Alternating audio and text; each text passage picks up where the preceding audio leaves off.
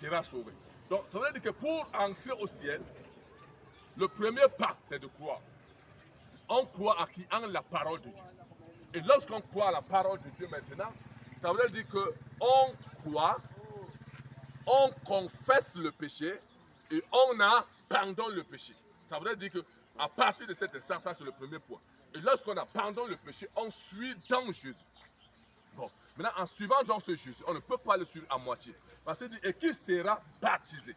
Donc si on n'est pas baptisé, pour être sauvé, nous sera très difficile. Parce qu'on peut prétendre être sauvé lorsqu'on se baptise. Ce n'est pas un homme de Dieu qui a écrit la parole. C'est Dieu qui a inspiré les uns et les autres, les prophètes, pour mettre cette parole en pratique. Amen. Donc il dit, celui qui sera baptisé, il sera sauvé. Donc c'est lorsque tu rentres dans les eaux de baptême que tu prétends donc maintenant être sauvé. Donc ça veut dire que si la personne meurt là, il va directement en enfer. Alléluia. Mais si après le baptême, il est sauvé. Maintenant, lorsqu'on se baptise, donc, la Bible dit nous devons rester dans l'assemblée des justes pour les enseignements, pour grandir dans la spiritualité. C'est au fur et à mesure qu'on grandit dans la parole, qu'on abandonne certaines choses qu'on faisait parce qu'on ne peut rien abandonner par la force physique, par la connaissance humaine, mais l'Esprit de Dieu qui est dans la parole et étant dans la présence de Dieu, les prières, c'est l'Esprit-là que nous amène donc à voir que ce qu'on faisait là hier, en fait, ce n'était pas normal. On marchait avec lui, nous ne devons plus marcher avec lui. On fréquentait peut-être les boîtes de nuit, on faisait... Personne ne va te dire de laisser. Toi-même, tu vas te décider parce qu'en fait, le Saint-Esprit en toi va commencer à te troubler pour te faire comprendre que tu n'es plus la même personne. C'est pour cette raison que Jésus a dit, Dieu a dit, mettez-moi Paul et Barnabé à part pour une mission à part. Donc des personnes de l'esprit n'entrent plus n'importe où. Ils ne marchent plus avec n'importe qui. Amen. Donc voilà comment la parole de Dieu nous dit. Et maintenant la Bible dit, celui qui ne croira pas, et celui qui ne croira pas, et qui ne sera pas baptisé, il sera condamné. Donc ça veut dire que la parole de Dieu est placée. Chacun peut maîtriser son sort. Amen. Ce n'est pas quelqu'un qui va te dire que non, tu es condamné ou tu es sauvé. Mais la parole de Dieu est là. Tu sais que si tu fais tel comme tel, voilà le sort qui m'est réservé. Amen. Donc elle est là. Ce n'est pas un homme qui place la parole, c'est Dieu lui-même qui place la parole. Alléluia. Donc maintenant, qu'est-ce que la parole de Dieu continue à dire?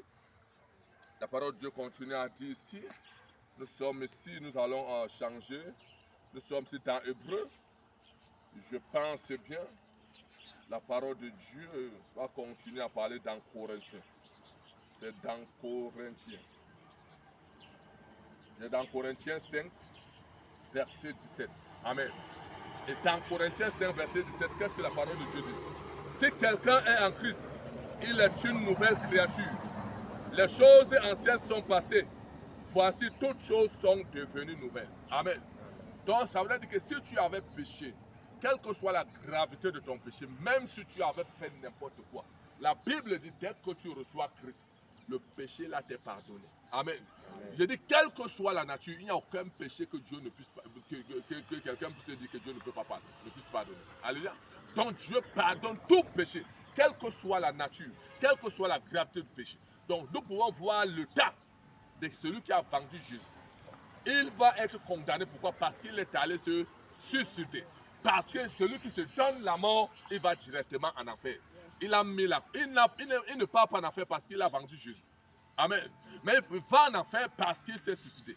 Parce qu'après avoir vendu Jésus, s'il avait confessé le péché, abandonné le péché sur Jésus, Jésus allait le pardonner. Mais pourquoi maintenant Jésus ne le pardonne plus, Dieu ne le pardonne plus? Parce qu'il s'est donné la mort. Et la Bible dit, tu ne peux pas noircir une chevelure ou la blanchir. Et celui qui donne la vie, c'est Jésus. Celui qui donne la vie, c'est Dieu. Donc aucun homme a le droit d'enlever la vie à qui, à X ou à Y. Aucun homme n'a le droit de se ôter la vie lui-même. Amen. Parce que la vie que nous avons ne nous appartient pas, ça appartient à Dieu. Alléluia. Donc c'est pour ça que quiconque commet le péché, il confesse, il abandonne, Dieu le pardonne. Mais s'il se donne la mort, il va directement en enfer. Et s'il tue quelqu'un d'autre, il va directement en enfer. Alléluia. Donc maintenant la Bible dit, lorsque nous venons à Christ, donc nos péchés obligatoirement, le sang de Jésus vient et ça nous lave. C'est pour ça que Jésus est allé sur la croix. Amen. La croix ici, Jésus a accepté de porter nos péchés.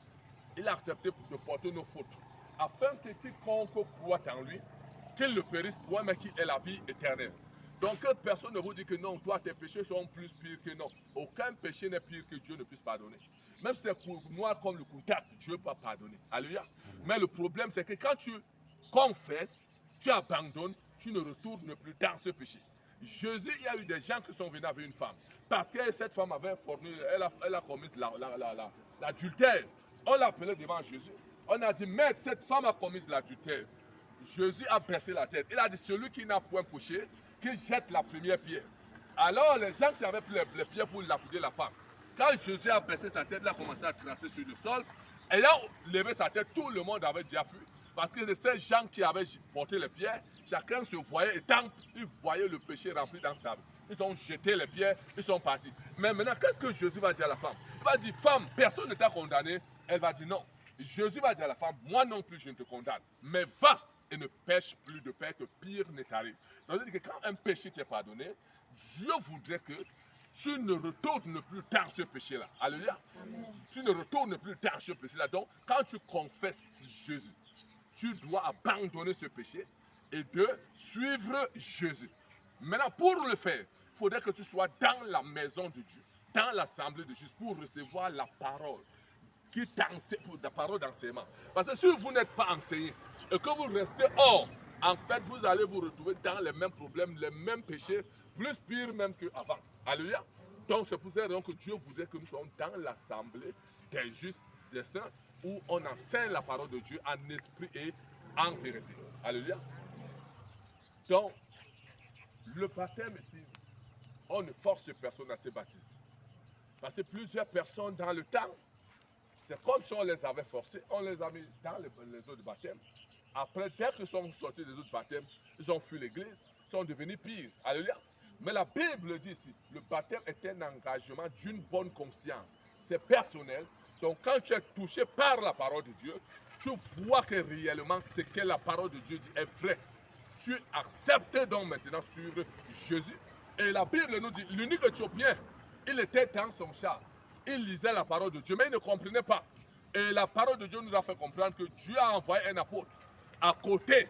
Et l'apôtre Philippe, je pense Philippe, il était à côté. Il suivait comment l'unique Éthiopien lisait. Il s'est approché du char par le canal du Saint-Esprit. Il a posé la question à l'unique Éthiopien. Ce que tu lis là, est-ce que tu entends, est-ce que tu comprends ça? L'unique a dit, si je n'ai personne pour m'expliquer comment moi je comprendrai. Alléluia. Et la Bible dit, l'autre est entré dans le char. Il a commencé donc à expliquer la parole de Dieu. À expliquer la parole de Dieu. Et l'unique Éthiopien va lui dire, mais si c'est ça le canal de faire pour entrer au ciel, il est bien vrai que tu viens de me voir. Il est bien vrai que tu viens d'entrer dans mon char. Mais voilà les autres. Qu'est-ce qui empêche que je sois baptisé? La Bible dit, Philippe et l'unique Éthiopien se sont arrêtés. Ils sont descendus dans les eaux du baptême. À peine que Philippe ait terminé de faire le baptême, la Bible dit il a été enlevé par l'Esprit de Dieu. Donc, l'unique de là plus vite. Amen. Il a été enlevé, amené dans une autre ville. Il a commencé à prêcher le même Christ. Et les hommes ont donné leur vie au Seigneur. Amen. Donc, quand tu reçois Christ, ce n'est pas que tu sois pasteur, tu sois apôtre, tu sois prophète. Non. Dès l'instant où tu reçois Christ, l'Esprit de Dieu vient en toi. Et tu as l'habilité d'annoncer la parole à quelqu'un d'autre. Et alors, il allait aller partout dans le monde annoncer ma parole. Celui qui croira, qui sera baptisé. Celui qui ne croira pas sera condamné. Donc, chaque enfant de Dieu est un missionnaire. Où tu travailles, dans ta maison, dans ton quartier, partout où tu vas, tu dois parler de Jésus. Et maintenant, on ne peut pas allumer donc la lampe, comme Jésus a dit, et de la mettre sous le boisson. Amen. Mais on allume la lampe pour la mettre au-dessus de la table, n'est-ce pas? Pour qu'elle éclaire tout le monde. Donc, ça veut dire que quand vous recevez la parole, vous devenez une lumière. Vous devenez une étoile. Et cette lumière, vous ne devez pas la garder pour vous seul. Vous devez la transmettre aux autres, afin que les autres puissent aussi retrouver cette lumière et qu'après leur vie sur terre, ils héritent aussi le royaume des cieux. Amen. Vous pouvez acclamer pour le Seigneur Jésus. Bon, est-ce que quelqu'un a une question à poser avant qu'on ne rentre dans les eaux du baptême? Et si tu peux poser la question et on va te répondre. Parce que ce que tu ne comprends pas, tu ne pourras pas mieux expliquer. Alléluia. Ok, s'il n'y a pas de questions, acclame le Seigneur pour toi-même. Seigneur, tu es Dieu, il n'y a personne comme toi. Dans les lieux très hauts, nul n'est semblable à toi. Seigneur, tu es Dieu. Seigneur, tu es Dieu. Il n'y a personne comme toi. Dans les lieux très hauts, nul n'est semblable à toi. Amen. Voilà comment ça va se passer. Je vais descendre là, je vais prier sur les eaux, je vais descendre à l'intérieur.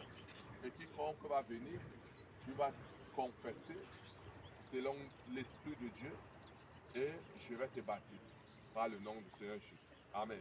Amen.